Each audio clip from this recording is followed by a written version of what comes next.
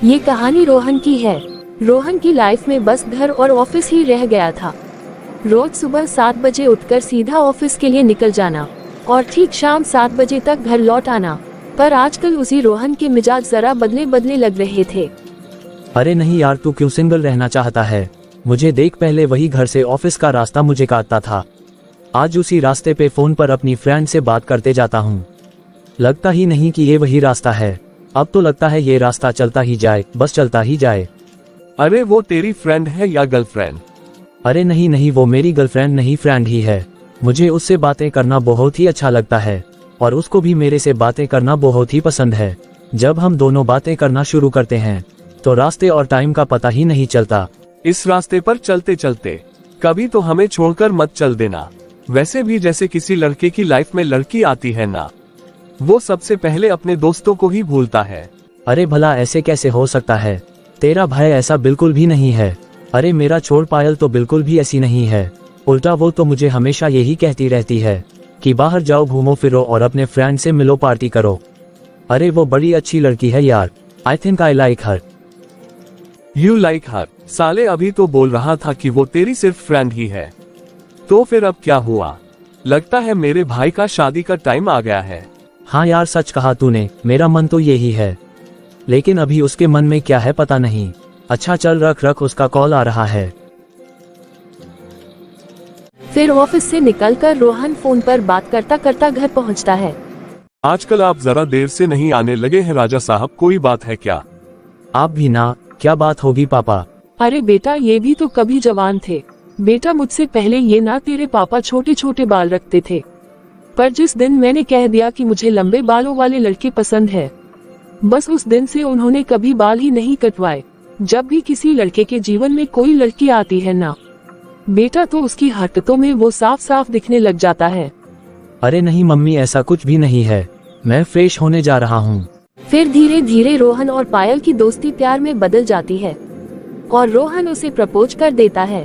पायल भी उसे हाँ बोल देती है और फिर दोनों एक दूसरे को डेट करने लग जाते हैं। एक रात रोहन रात को छिपकर पायल से बात कर रहा होता है, पर वो इतनी जोर से बात कर रहा था कि उसकी आवाज उसकी पापा मम्मी के बेडरूम तक पहुंच जाती है और उसकी आवाज को सुनकर प्रिया चुपके से आकर अपने बेटे के कमरे में आकर कहती है, बेटा अगर ऐसी बातें करनी है ना तो जरा धीरे कर ले।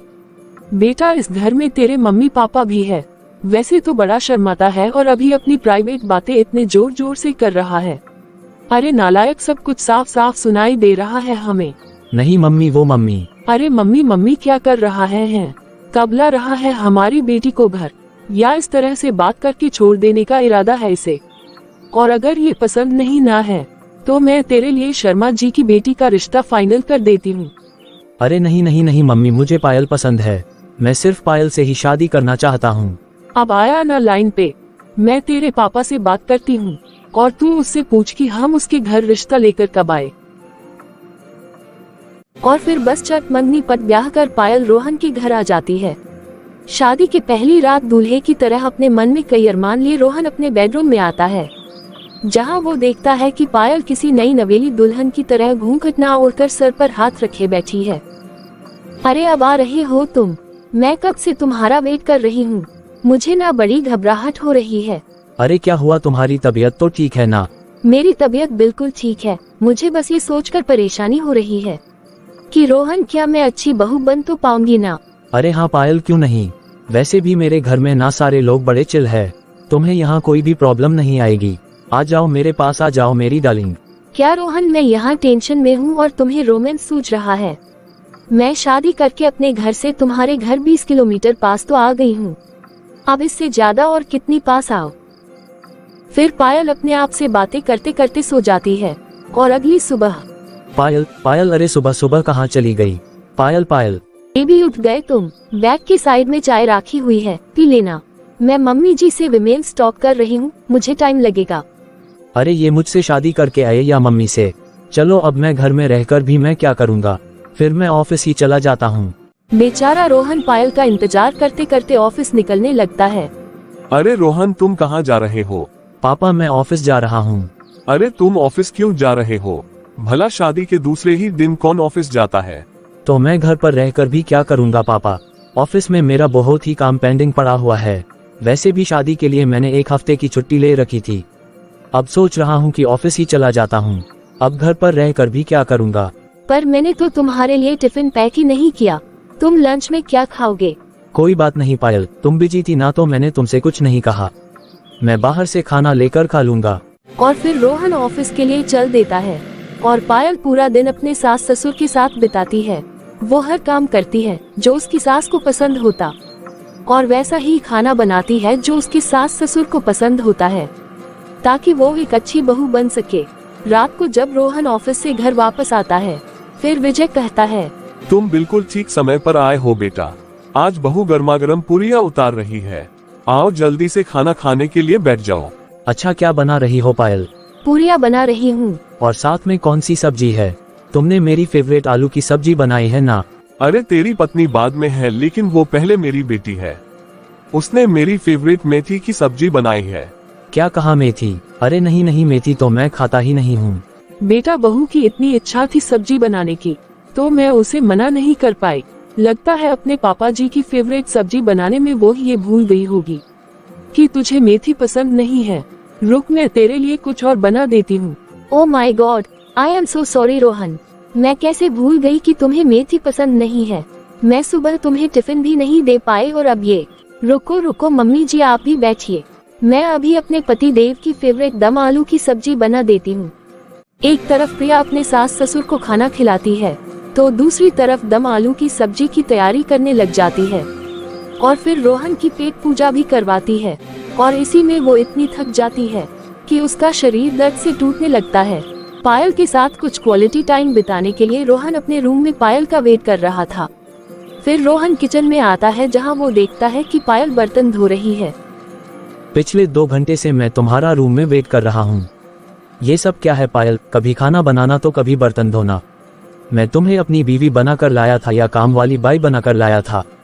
नहीं नहीं रोहन, ये सब तो एक अच्छी बहू होने का कर्तव्य पूरा करने की कोशिश कर रही हूँ और एक अच्छी बहू बनने के लिए मुझे ये सब करना ही पड़ेगा। क्या कहा तुमने कि कोशिश कर रही हो? अगर तुम अभी सिर्फ कोशिश ही कर रही हो तो जब तुम अच्छी बहू बन जाओगी तब तो तुम मुझे भूल ही जाओगी। मुझे कुछ नहीं पता, तुम इन कामों में इतनी उलझी रहती हो कि तुम्हारे पास मुझसे बात करने तक का टाइम ही नहीं है। मैं कल ही घर में एक काम वाली रख रहा हूँ और इस पर मुझे कोई बहस नहीं चाहिए।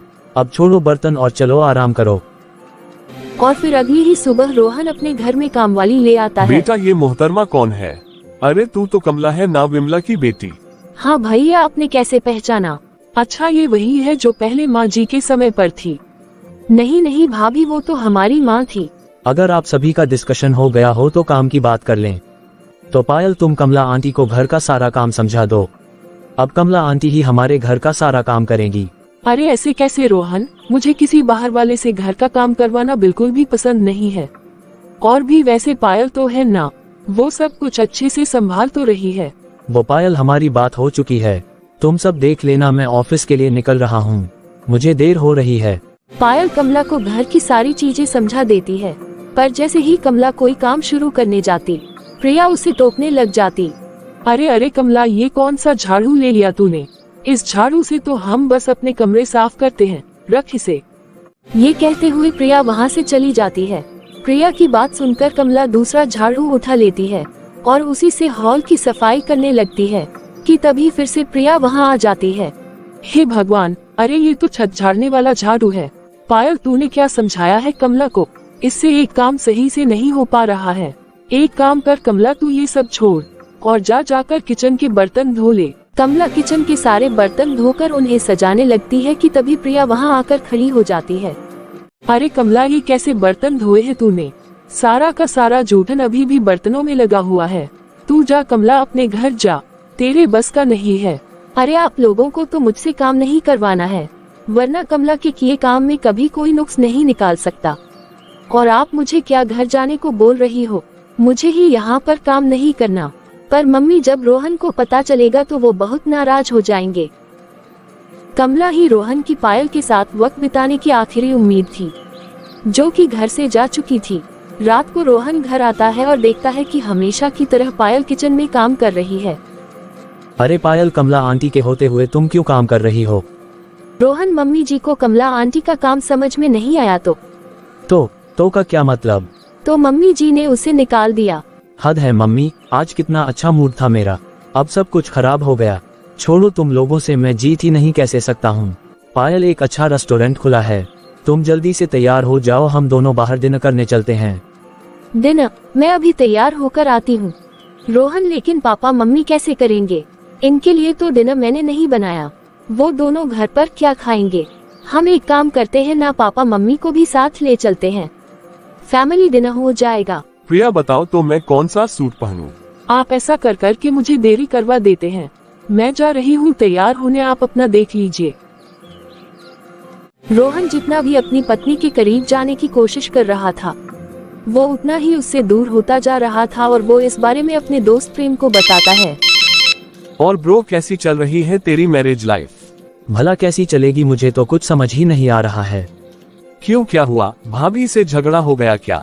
अरे ये सब तो चलता ही रहता है, और ऐसे झगड़ों से तो प्यार और भी बढ़ता है। अरे यार, काहे का प्यार? ये प्यार व्यार तो बस शादी के पहले तक ही रहता है। शादी के बाद ये प्यार कहाँ गायब हो जाता है कि पता ही नहीं चलता। शादी के बाद सर पर इतनी जिम्मेदारी आ जाती है कि प्यार कहीं फुर हो जाता है। फिर तो बस ये काम वो काम, लड़कियों को टाइम ही कहाँ मिलता है। अरे यार, तू इतना परेशान मत हो, तू तो आज भी अपनी माँ का बेटा है, पर भाभी सिर्फ बेटी नहीं रही बल्कि वो तो अब बहू भी बन चुकी है। यार, तुझे थोड़ा बहुत तो मैनेज करना ही पड़ेगा। तू एक काम कर, तू भाभी को लेकर मूवी देखने चला जा, और हाँ, सिर्फ 2 ही टिकट लेना। अब 2 टिकट में वो 4 लोगों को तो लेकर नहीं जाएगी। तू भाभी को अभी कॉल करके बोल दे। हाँ, सही कहा, यही करता हूँ। रोहन फौरन पायल को कॉल करता है। देख लो पायल, इस बार कोई सियापा मत करना, ये डेट सिर्फ मेरी और तुम्हारी है। तुम बस 5 बजे रेडी रहना, और हाँ, आज ये प्लान कैंसिल हुआ ना तो समझ लेना मैं तुमसे कभी बात नहीं करूँगा। अरे रोहन, तुम ऐसा क्यों बोल रहे हो? ठीक है बाबा, मैं पूरे 5 बजे बिल्कुल तैयार रहूंगी। Okay, love you, bye. Payal ठीक 4:30 बजे रोहन की फेवरेट कलर की ड्रेस पहनकर तैयार हो जाती है। आज तो रोहन मुझे देखता ही रह जाएगा। तभी दरवाजे से प्रिया की सहेली अंदर आ जाती है। देख सीमा, ये है मेरी बहू। अरे प्रिया, तू तो बिल्कुल चांद का टुकड़ा लेकर आई है। वैसे तेरी बहू सुंदर तो है, लेकिन ये काम काज में कैसी है? अरे काम में ये इतनी चतुर है कि पूछी मत। हमारी इतनी सेवा करती है कि जैसे मेरी खुद की बेटी करती है। वैसे प्रिया, तेरी बहू तो तैयार बैठी है। बहू, तू कहीं जाने वाली थी क्या? लगता है कि मैं गलत टाइम पर आ गई। अरे ये कहाँ जाएगी हमें छोड़कर? ये तो मेरे और अपने ससुर के बिना कहीं जाती ही नहीं। आजा बहू, आंटी के पैर छू, ये सीमा आंटी है। रोहन दरवाजे पर पहुंचकर पायल के बाहर आने का इंतजार करता रह जाता है, पर ना तो पायल बाहर आती है ना ही फोन उठाती है। ये लड़कियां भी ना तैयार होने में कितना वक्त लेती है कि पायल मैडम आज हमारी मूवी मिस करवा के रहेंगी। जाकर देखता हूँ कि ये कितना टाइम लगाएगी। फिर रोहन पायल को लेने अपने घर की ओर बढ़ता है, और जैसे ही वो घर के दरवाजे पर पहुंचता है, वो देखता है कि पायल उसकी माँ की सहेली के साथ बैठी है। ये देखकर रोहन वही दोनों टिकट फाड़कर फेंक देता है, और उसी वक्त से रोहन के चेहरे पर जो भी हंसी बची थी अब वो गायब हो जाती है। अब वो कभी भी पायल से ना उसका वक्त मांगता और ना ही उसे कहीं जाने को कहता है। वो सुबह उठता और अपना टिफिन लेकर ऑफिस चला जाता। फिर ऑफिस से आने के बाद भी वो कहीं खोया खोया सा रहता। वो ना अपने पापा से और ना मम्मी से बात करता और ना ही पायल से। फिर एक रात डिनर के टेबल पर प्रिया देखती है कि अपने सामने रखे खाने की प्लेट को छोड़कर रोहन सामने की दीवार पर कुछ देखे जा रहा है। अरे क्या हो गया रे तुझे? तू तो कभी इतना शांत नहीं रहता था। विजय, आप ही पूछिए ना इससे। फिर रोहन उठकर अपने कमरे में चला जाता है। मुझे लगता है ऑफिस का कोई तो लफड़ा होगा, कुछ तो है जिस वजह से रोहन बहुत परेशान है। मुझे ना बड़ी घबराहट हो रही है। टेंशन लेने वाली बात नहीं है मम्मी जी, कल नंदिनी दीदी आ रही है ना, आप इनको बोलना कि वो ही बात करेगी रोहन से। हाँ बेटा, सही कहा तूने, रोहन उसे सब कुछ बता देगा। और अगली सुबह नंदिनी जैसे ही घर आती है, वो देखती है कि उसका भाई उदास चेहरा लेकर घर से बाहर निकल रहा है। क्या बात है रोहन, तेरा मुंह क्यों उतरा हुआ है? क्या हुआ, तू खुश नहीं दिखाई दे रहा? दीदी, लाइफ में खुश होने के लिए कुछ रहे तब तो खुश रहूंगा ना। तुम मेरी चिंता मत करो दीदी। दीदी तुम जाओ आराम करो, आप थक गई होगी, और वैसे भी तुम्हें अच्छी कंपनी मिल जाएगी। इस घर में बस रोहन के लिए ही कोई कंपनी नहीं है। ये कहकर रोहन ऑफिस चला जाता है और रात के वक्त वो घर लौटकर सीधा अपने कमरे में जाने लगता है। पायल तुम मेरा खाना अंदर ही ला देना। क्यों भाई, भला तू अलग खाना क्यों खाएगा? आ यहाँ बैठ और हम सब साथ बैठकर खाना खाएंगे। और तूने ये आंखों पर कैसे दाग शकल कर लिए हैं भाई? खैर छोड़ो, ये बताओ कि तुम दोनों हनीमून पर कहाँ गए थे? हनीमून पर तो हम गए ही नहीं दीदी। क्या तुम दोनों हनीमून पर नहीं गए? अरे तुम दोनों में जितना प्यार था, मुझे तो लगा था जब तक मैं आऊंगी पायल मुझे गुड न्यूज दे देगी। अच्छा तो डेट पर तो जाते होंगे ना? वैसे हुई अभी तो तुम्हारा हनीमून पीरियड चल रहा है दीदी। शादी के बाद शायद ही हम दोनों ने एक साथ बैठकर कभी 15 मिनट के लिए बात भी की होगी। वो क्या है ना दीदी, लड़कियां सोचती है कि उन्हें एक अच्छी बहू बनना है और वो अच्छी बहू बनने के लिए बहुत मेहनत करती हैं और वो अच्छी बहू बन भी जाती हैं, लेकिन बस वो अच्छी बीवी नहीं बन पाती, या ये कहूँ कि वो अच्छी बीवी बनना भूल जाती हैं। कोई ना, यहाँ पर मुझे कुछ ज्यादा ही ग्रांटेड ले लिया गया है। ठीक है भाई, कोई बात नहीं। ये सुनते ही नंदिनी सारे मसले का जड़ समझ जाती है। फिर दिनों के बाद वो पायल और अपनी माँ से बात करती है। ये सब क्या चल रहा है पायल? क्या हुआ दीदी, मुझसे कोई गलती हो गई क्या? पायल तुम रोहन से शादी करके आए हो या इस घर से? रोहन से दीदी, लेकिन ये घर तो मेरा ससुराल है और घर वालों का ध्यान तो मुझे रखना ही होगा ना। लेकिन कब तक? तुमने तो शादी के बाद रोहन को इतना ज्यादा अवॉइड कर दिया है कि वो लड़का अब किसी से बात भी नहीं करता। और अगर तुम इसी तरह उसे अवॉइड करती रहोगी तो कहीं तुम्हारा रिश्ता टूटने की कगार पर न आ जाए। फिर तुम रहना अपने सास ससुर के साथ और फिर यही लोग तुम्हें कहेंगे कि बेटा इसे अपने पति की सुननी चाहिए थी। इसमें हमारा क्या कसूर है और हमारा क्या है? वैसे भी अब कितने ही दिनों के हैं हम। और इसका छोड़ो मम्मी, ये तो तुम्हें और पापा जी को खुश करने में लगी रही, पर आप दोनों की शादी को तो 36 साल हो गए हैं ना। कम से कम आपको तो समझना चाहिए था।